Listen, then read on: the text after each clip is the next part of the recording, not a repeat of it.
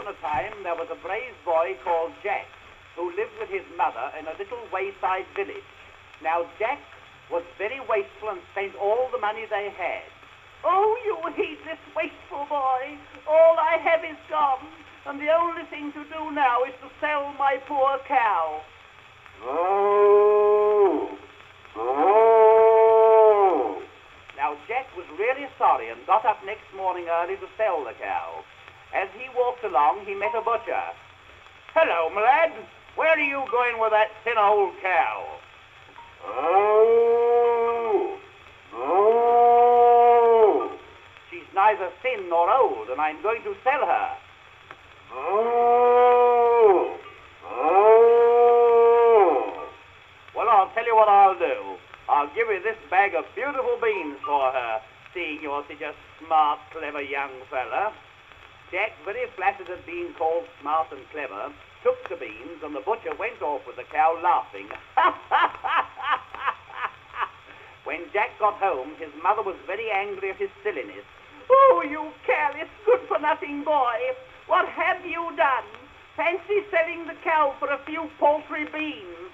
And she was so angry, she threw them out of the window.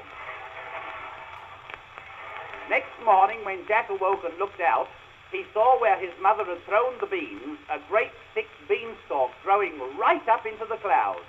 Jack made up his mind he would climb to the top. When he got to the clouds, he found himself in a strange country and started off to walk until he got tired. So he sat down, and presently he saw a beautiful fairy who said, "How did you come here?"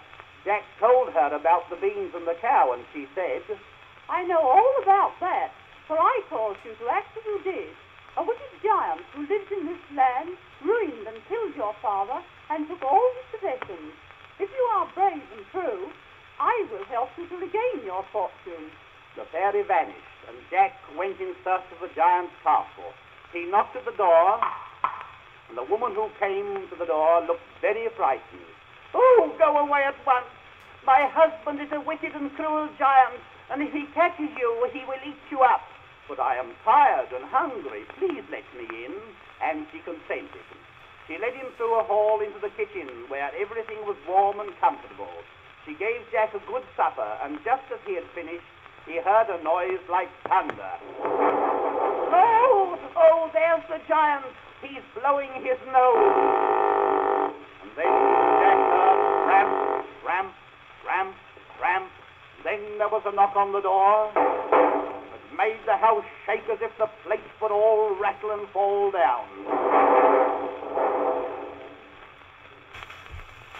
Fee-fi-fo-fum. "Oh, he's in a temper.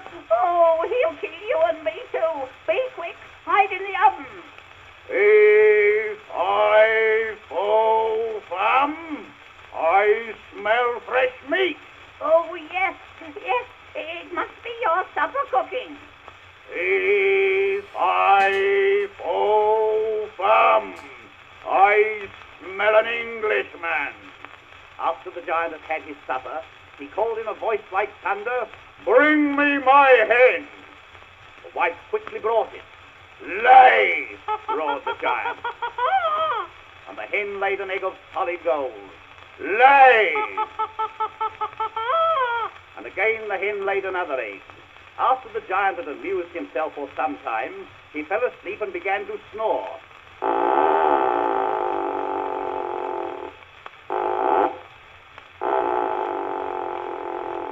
Jack crept out of the oven, snatched up the hen, and made off with it, down the beanstalk and home. His mother was delighted with the hen and the golden eggs it laid. Some time passed, and Jack made up his mind he would visit the wicked giant again and see what other treasure he could get. Finding the castle door open, he slipped in and hid in the copper. He hadn't been there long when the giant returned from hunting. Fee-fi-fo-fum. I smell fresh meat, and began to search the room. But luckily, he didn't look in the copper. After he had had his supper, he called, "Bring me my harp."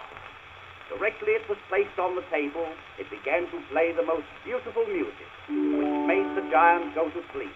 Now is my time, said Jack, and picking up the harp, he ran off with it. The harp was a magic one, and called, Master, Master, as Jack ran away with it.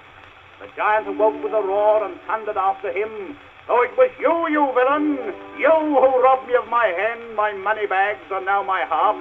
When I catch you, I will eat you alive. Jack ran as fast as he could till he got to the beanstalk. Down he slid and the harp still playing, until Jack cried, Stop!